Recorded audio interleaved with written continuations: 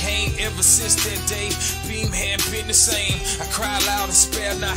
I'm not ashamed. Send a storm at them. Send some rain. Send some pain that they may all know your name. Yahuwah, the mighty one of Israel. I say Yahuwah, the mighty one of Israel.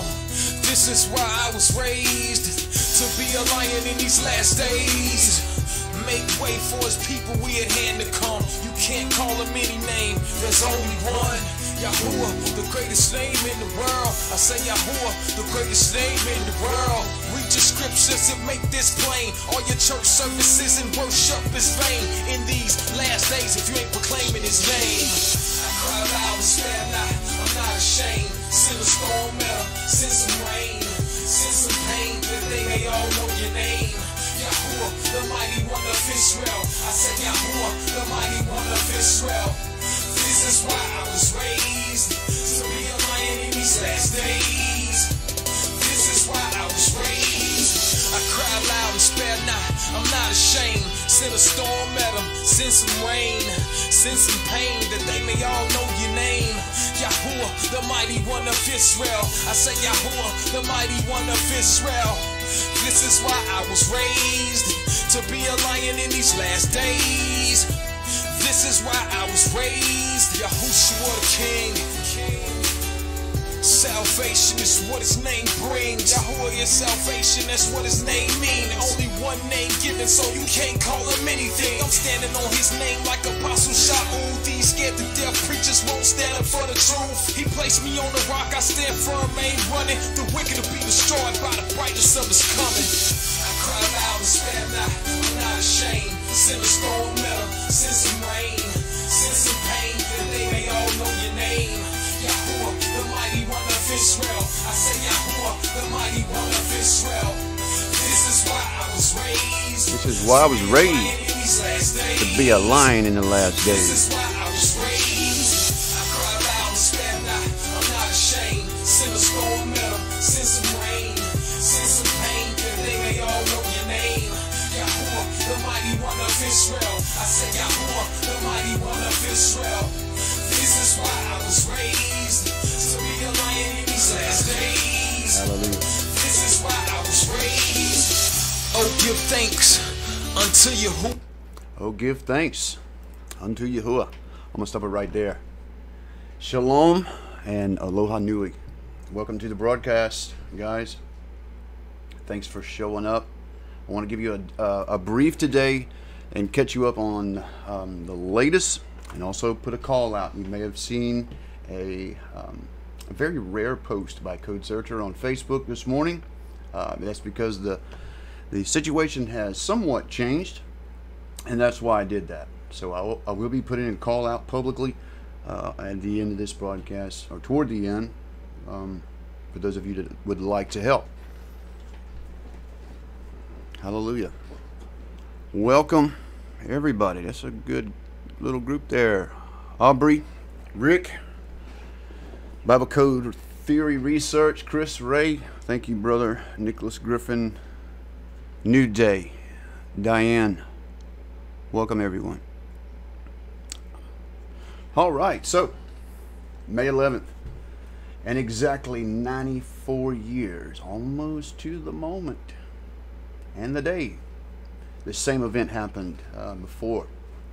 And so what right now the scientists are analyzing the pattern that has already been established and going over some of the real-time data that's being collected, and have come up with a theory of what is going to happen.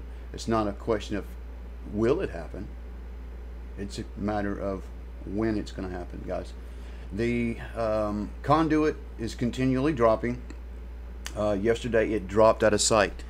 It can no longer be seen from the rim.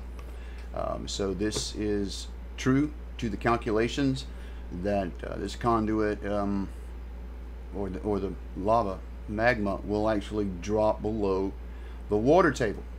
Now, the reports this morning was there are no gases and no emissions from the crater at the moment.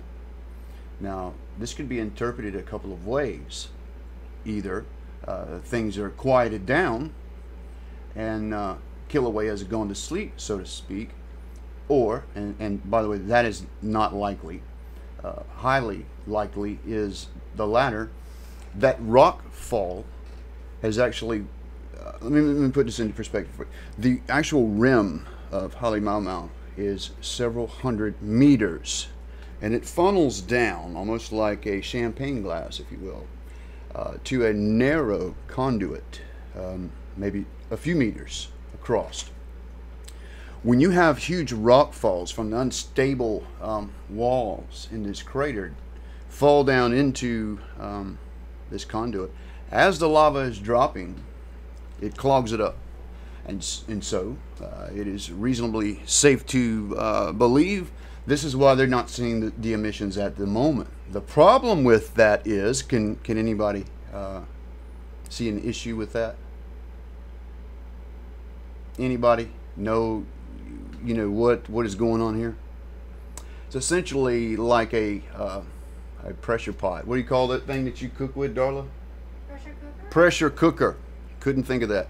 It's essentially like a pressure cooker. It is sealed, and the pressure is building and will get explosive at some point when that water makes contact with the magma down there. In 1924, this went on for 2 weeks. There were a series of explosions for over 2 weeks, dropping ash all over the island, mostly down the Kilauea East Rift Zone and even into Hilo. This looks like, and incidentally, guys, I'm going to tell you things that it seems like the scientists put the brakes on and did not say.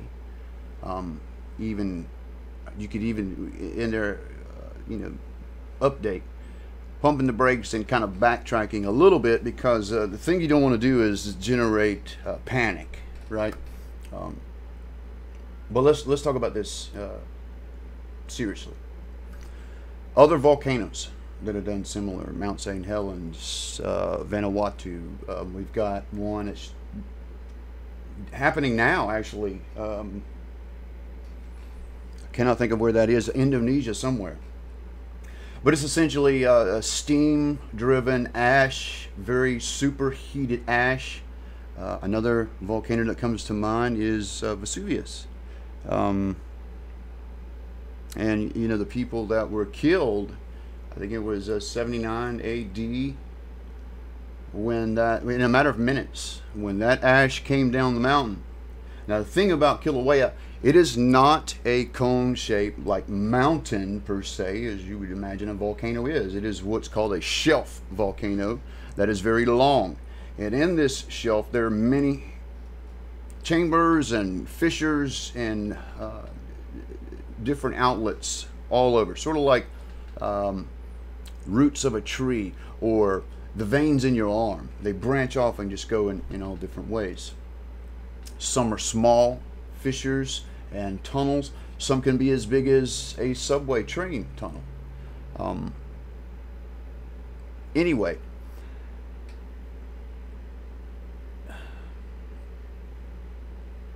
I saw a report, guys. I'm saying this very lightly because I don't want to be responsible for any kind of panic. But this is a very serious and very plausible scenario. Some of you may have seen me post it on Facebook about the whole rift zone and the possibility of that shelf sliding over into the sea. And it's already slid several meters. And incidentally, this has happened before in the Hawaiian Islands. Whole mountainsides have fallen into the ocean, creating new rock face cliffs. But down in Kilauea, the movement that is being measured indicates that it may be probable. It may not happen, but it is probable. And if you look at the earthquakes that are happening, it's essentially happening on the rift zone and down in Kapoho and out to the sea. And north of that, crickets. So that's an indicator. That whole lava tube that runs down, if it gives way and that shelf slides out, I mean, we could talk cataclysmic. I'm giving you the worst case scenario, so be aware of that. I'm not telling you this is going to happen. Now, if this does happen, all of the West Coast, all of Central America, all of the West Coast of South America would be inundated with massive tsunamis of 1,000 feet, some scientist has said. That is cataclysmic, and would expect many people to be caught off guard and be casualties. Now, as far as for us, the dangers for us are obvious. We are on the volcano. It's, as they say, a dance. So it's about moving out of the way if there's danger. Currently, in this past week, we have been okay. We've been out of the danger zone. And Darlo, can somebody run out to the car and get the meter? The meter that's in the front seat, the sulfur meter. Yesterday I did a reading right here at the window as the acid rain was falling, and we were getting 0.15 parts per million. And so, you know, I'm not a scientist. I don't know what the margins of acceptable doses is. I'm still, listen, this is all new to me, and so I'm in a season of crunching a lot of information. Anyway, I'm not sure what the parts per million actually means as far as the doses that we can get, but it is registered. Incidentally, I had the meter with me in Hilo earlier, and I was barely getting a reading of 0.1. Okay, so anyway, the sulfur dioxide meter, Rick Duras, incidentally, a brother and a very close friend of this ministry, purchased this and sent it to us. Thank you for that. I mean, that's amazing that people care enough to make sure we're prepared. Anyway, the current reading, if I just sit it here in the window and let it sit a minute, we'll look at it in a few minutes and see what the reading is on that. So, when there is an explosion, it's not a matter of if, guys. There's no question. I'm going to be frank with you. It's when the explosion happens and begins, and already they're seeing tremors down in KILAUEA and on that rift. We haven't felt anything here or anything official. I thought I might have felt something a few minutes ago, but you know, I'm on high alert, if you will. So I could be, you know, jumping the gun. Anyway, when this begins, those people in lower Puna will have little to no time to get out of there. There's dwindling roads, access to get out. Hawaiian Beach Road is one of the accesses, excuse me, and it's not a very good road. It's not paved in many places. It's got potholes, it's very narrow, and people are going in both directions on that road, and it's virtually at a crawl. You cannot expect to flee and get through that and escape any kind of ashfall or anything like that. Is not going to happen. You're going to be caught in it. So if you're down in Seaview, KILAUEA, in those communities, I would urge you, the clock is ticking. Thankfully, nothing has happened at the moment. But you do have time to get out of there. And the last reports were the roads were failing in some places. So those options will be limited when it does happen.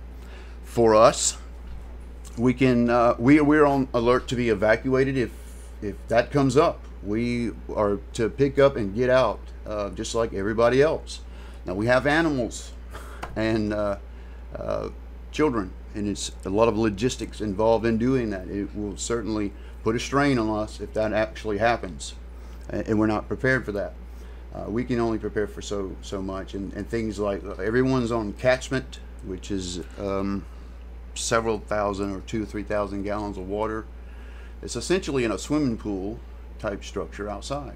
It needs to be covered for the ash that is expected to fall, and it will fall in this area as well. It did in 1924. Projectiles coming out of the volcano. Let me just get you guys over there with me. Let me share that.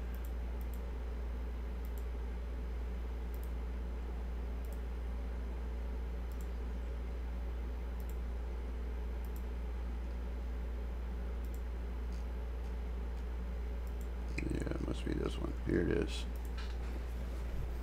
And this is what I'm talking about here. Explosive eruption. We'll go over some of the other data in just a moment, folks. Now, as we talked about, the lava lake has dropped. You cannot even see it anymore. And the success of events that will happen and has been happening is rockfall, because these walls are very unstable. So what has happened now, and it is theorized because there are no emissions, that there is blockage. And so what is happening is we could potentially have, like we say, the explosive. This means like a shotgun blast of 20-ton and under boulders coming out of the top of this. No one is talking about pyroclastic flow. However, that is probable. I don't understand why they're not even alerting people that this is a possibility. But if you just go over any of the data from any other eruption, it doesn't take a scientist to wow, there's going to be a lot of ash, superheated ash and steam. What does this equate to? It's got to go somewhere. It will come back down. It's not a steep rift. In other words, it's not like Vanuatu or some of the other volcanoes where you got a cone. This is a gradual, yet it is a incline or a decline, and that, if it is a superheated pyroclastic flow, will go downhill and will inundate those areas down below. Right now, it is kind of calm in the area. Let's go to some data here. This is the direct involved area. As you can see there, the yellow is the extreme danger zone. All of it is supposed to be evacuated. However, there's around 12 people still in that area. Is expected that if the trend continues, right now it's holding, but when pressure begins to build, and especially if there's any more earthquakes or the explosion above, we could see an eruption down here somewhere. This is what they're expecting. Now, the last time this happened in such a way, it was Kapoho, where it came out of the ground in a large fissure, jet almost, like 1,000 feet, fountains, a lot of gas, a lot of energy being dispersed in this area. This could be where it comes up again. Folks, now we're talking about the dance that they say this thing does. It jumps all over the place. You can see these different craters from other eruptions, and also you can see the crack, guys, in the topographical data here all the way through that I was talking about, essentially coming all the way here. What we're looking at right here, just like this, essentially down here in Pahala, all the way up to the volcano, and down the rift is Kilauea. This is all Kilauea. You can see the steep incline of the land here. This is all a shelf. This is what I meant by a shelf volcano. It's not steep like a cone like Mauna Loa, but it is an incline. Everything is going to flow downhill. That would include any ash that falls directly back down is not blown downstream to Pahala and in South Point. Now, as far as the next eruption, it could either be in Leilani or back toward Kalapana in the Black Sands community. Down that way, there's fissures that are opening up. That's further down this way in the rift. Or it could go the other direction. Again, the dance. It's a waiting game at this point to see what happens. So we're currently watching two situations. The situation down in Lower Puna with lava and potential another potential eruption, and incidentally more expected earthquakes. And the other situation again is Halemaumau in the Kilauea greater, or what I've called the greater crater KILAUEA is a smaller crater inside there and is continually collapsing. So this is where the ash will come from, and incidentally, this is 25 miles. Now go and look at the data for Mount St. Helens, and the blast and the ash was carried how many miles? It was more than 25.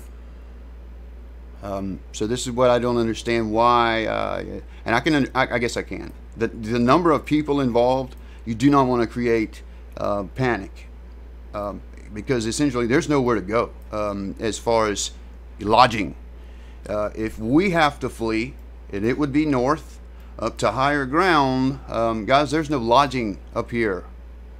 Even in Waimea is where we would probably go to, the higher ground up here. We would probably go to state park and camp, forest reserve or something like that, because there's no lodging. There's not enough hotel space, and there's really no hotels. It's really like Airbnbs and things like that on the island.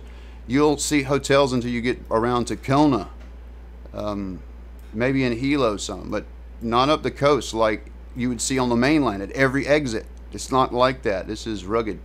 So, and the other thing is the animals, the transport of animals out of the area. We do have animals. We're farmers. We came from Utah with the desire to raise animals here as well, and we currently have goats, so they would be going with us wherever we go.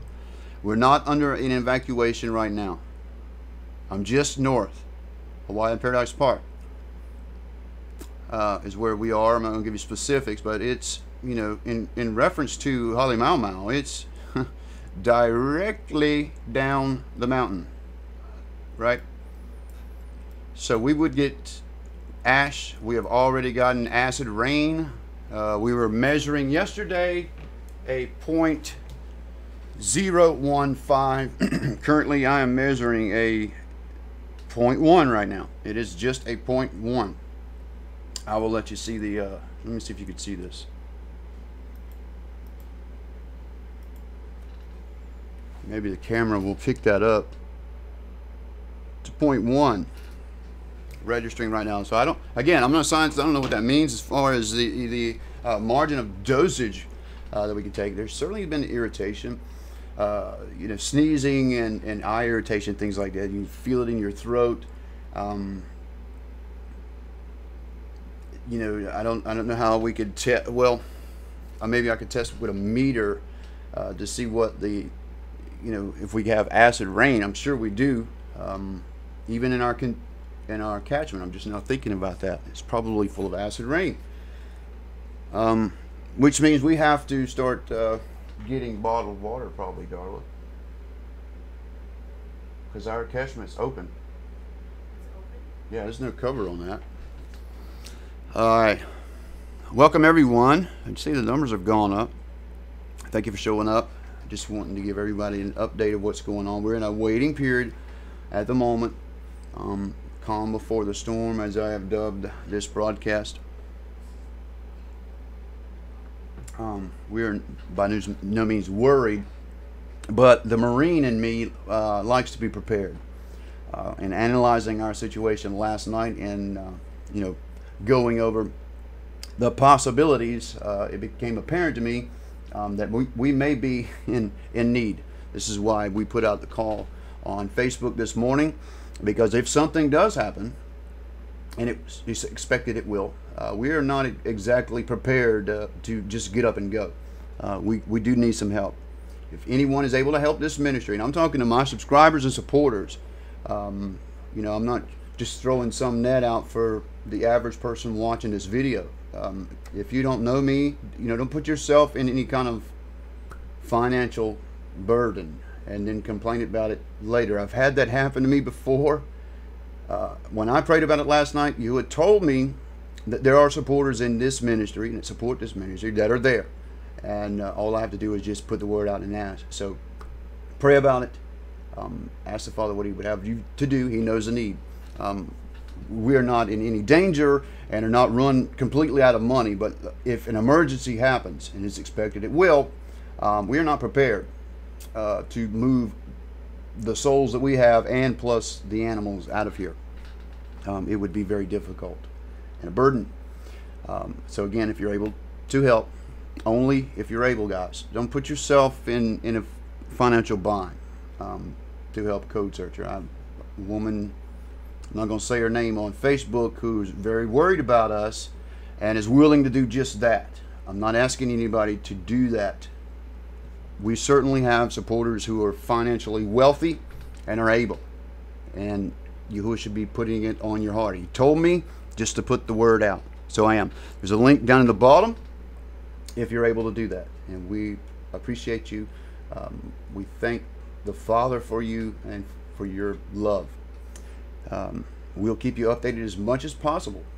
As soon as something happens, I will go live and broadcast as long as I can. I did say that there's a possibility of losing power again, and internet service, things like that. So the biggest thing is the explosion. That's what I'm really, I had a hard time sleeping last night thinking about it, and wondering if it was going to happen while I was sleeping, and so it was hard for me to get to sleep. And then I just got up this morning behind on everything and tired because I was waking up so late. Anyway, it hasn't happened yet, so it's just kind of this period. The Father is being merciful for those that have not prepared yet and are still preparing. I do know this: the Scripture says, in a time of distress, He can be found. And so we see this as an opportunity, and it's already began to be put into motion. Yesterday, after the broadcast with Now You See TV, I was inundated with messages from Hawaiians, very interested in what I had to say. And this has been such a blessing for me because we knew we were coming here for a mission. We didn't know what the Father had for us to do exactly as far as the details. We knew it had to deal with the name. But I wasn't, someone who went to theology school and knows how to bring that to a people, right? Sort of like Moses and not being a very good speaker. Neither am I, right? So who am I among the men that He would have me do this? So it was a blessing to speak to those brothers that I had a chance to share with. We were looking forward to doing some kind of recording interview type deal where I'm going to get with these guys and share some history and some of the Polynesian culture. And this goes to the tribes. This is what I'm talking about as far as tribes and the 10 tribes of Israel. We believe there's a connection to the Polynesian people in at least one of these tribes. Incidentally, so do the people of Polynesia. These Hawaiians also have an understanding of coming from the Hebrew tribes, and I find this extremely fascinating because this confirms to me that we're getting the right message from Yahuwah. In other words, I'm hearing what He's saying, and it's confirmed in what I'm seeing. It is amazing. The rest is yet to come. I want to get with these guys so bad and do some sort of broadcast or recording, but in the middle of such a crisis, what do? We have to live our lives and maintain our ministry and also be aware of our safety at the same time. So it's kind of like a juggling act right now. So for my subscribers and those of you that are here for the codes. And I haven't had any codes for you. Been mostly news and my immediate surroundings. My apologies. Just hang in there, guys. I am working on codes. Matter of fact, I'm working on KILAUEA code. Actually, that's something I found encoded in the scriptures about KILAUEA with amazing detail to it, incidentally, and corresponding scriptures that run through there that seem to ring truth. I'll be sharing that at some time, but I've spent a lot of time looking in that. I've had other projects going as well, working on something for Jessica Morales. I haven't forgot about you, sister. It is just, like I said, juggling. So be patient with me, please. I will get something out to you, and the rest of YouTube soon on codes. But in the meantime, we're caught up in this immediate, I won't say crisis or emergency, because my mother-in-law will be seeing this. But the current situation that's going on. And incidentally, if any danger happens, I will get this family to safety. So don't worry, Nana. All right, guys, you got any questions for me? We have got a really poppin' chat room today. Darla, are you in the chat room? Do you need me there? I was just wondering. No. Shalom, Laura.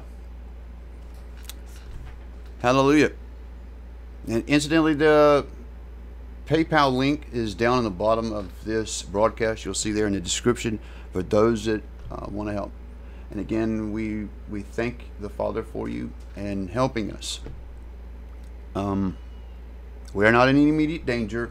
It's precautionary. We just are not, prepared for an emergency, let's just say.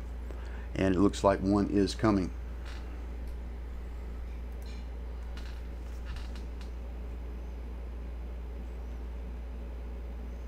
I see you, Chris. All right, thank you for being there. I was wondering if I had somebody over there kind of watching what's going on. It is somewhat of a quiet time right now, like I said, on the rift.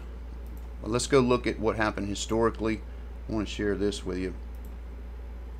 In May of 1924, like I said, almost, guys, almost to the moment, which is an incredible anomaly to me. I mean, what are the odds this happens to the moment 94 years later?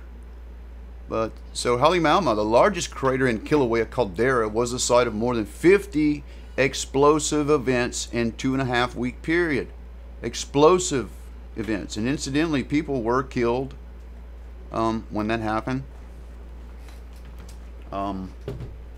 We are praying for the best and asking the Father for no casualties in this current situation. But it has happened before. That is the ash cloud there, going several thousand feet into the stratosphere, guys, or the atmosphere there. This will rain back down. As you can see, some of the boulders that were out of there, some weighing 8 to 10 tons. And again, the graphic from earlier of the situation that we're facing right now, which is, to put it in context, explosive. So tonight, I will be on high alert, guys. Let me take you to what I'm talking about. This picture I captured from the interview that was online. I shared this on Now You See TV, but I want to share this with you guys to give you a perspective of where we are. Now, as of 5/9, that is where the level of lava was in reference to the water table. The water table is somewhere in and around 600 feet. Okay? So, the next day would be 5/10. The lava should have been around hovering right above the water line. If this calculation be true, and we believe it is, guys, it's been spot on in the rate of fall as per the day. So it is safe to assume the 5/11, 5/12, 5/13 is critical days, well below the water line. So starting tonight, and you can see here, we are at the water line. So the event is just now theoretically taking place. So the next few days and possibly up to 3 weeks, we are going to be in the thick of it. So I'm just being real with you. It seems that the scientists are stopping themselves just at that point and not saying that to you. This is more of a spectacular opportunity to observe something. Maybe they're caught up in that and not focused really on the dangers involved. If you just look historically at violent eruptions like this, there have been casualties. Krakatoa, Vanuatu, the volcanoes in Indonesia, Vesuvius, Mount St. Helens, and many more. So if they're not going to say it, I'll say it. Those that are in lower Puna, be aware that you are downslope of this. There should not be anyone in KILAUEA. And if you're in KILAUEA, I would beg you to get out of there and come up at least to Pahoa. As this day progresses and we get into the red zone, as I'm going to call it, you don't want to be in a wrong place at the wrong time in this situation. So just be aware of that. We have not seen any casualties at this moment as far as souls lost. People have lost their homes.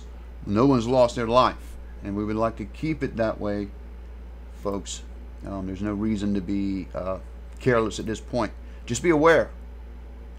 We're doing everything we can to keep you informed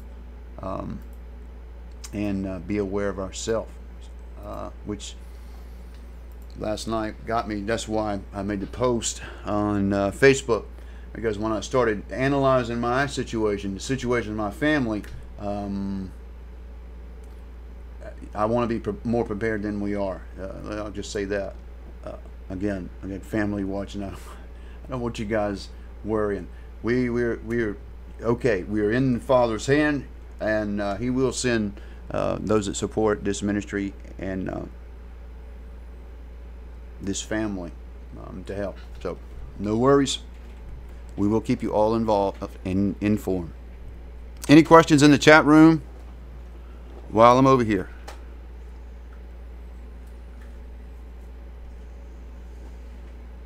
Water purification products. Thank you, Peggy, for mentioning that. I think we do have a source of fresh water that the county provides, but you know, in the preparation that we need to do is probably go stock up on some more bottled water.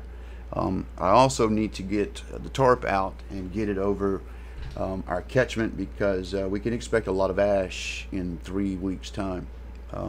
That's a lot of coverage. Also, guys, be praying for the ones directly impacted at the moment.